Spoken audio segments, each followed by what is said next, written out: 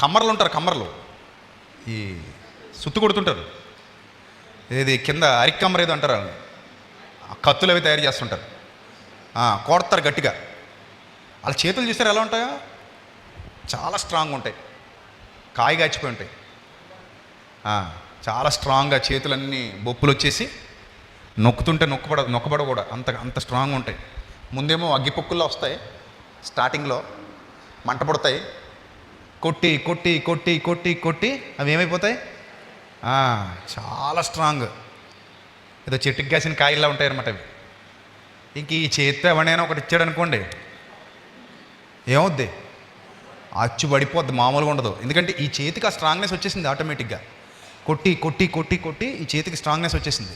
అంత స్ట్రాంగ్ అయిపోయాడు, చేతులు కాయలు కాచిపోయేలాగా అంత స్ట్రాంగ్గా తయారయ్యాయి. ఇప్పుడు కొత్తగా ఇంక మళ్ళీ స్ట్రాంగ్ అవ్వడానికి ఏమీ లేదు, అలవాటు పడిపోయింది అనమాట. ఇంక అది అలాగే ఉంటుంది. ఇంక అది ఒకానొక స్టేజ్కి వెళ్ళేసరికి ఇంకా అది ఆగిపోద్ది, ఇంకా అలా స్థిరంగా నిలబడిపోద్ది, అది అలాగే నిలిచి ఉండిపోద్ది.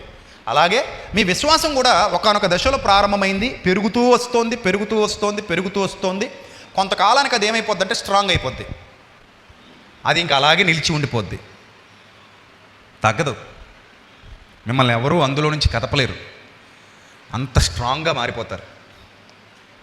ఎవరు ఎన్ని చెప్పినా, ఎవరెన్ని కుట్రలు పనినా, ఎవరెంతగా నీ విశ్వాసం మీద దాడి చేసినా, ఎవరెంతగా నిన్ను అవమానించినా, ఎవరెంతగా నువ్వు నమ్ముకున్న గ్రంథం గురించో నీ దేవుడి గురించో తప్పుగా ఇష్టం వచ్చినట్టుగా మాట్లాడినా, ఏం చేసినా సరే నీ విశ్వాసం ఏమైపోయిందంటే స్ట్రాంగ్గా అయిపోయింది.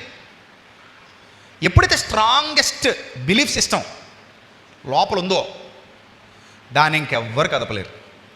కానీ అంతవరకు, ఆ స్థాయికి చేరుకునేంత వరకు బలహీనతలు నేను ఆవరించి ఉంటాయి.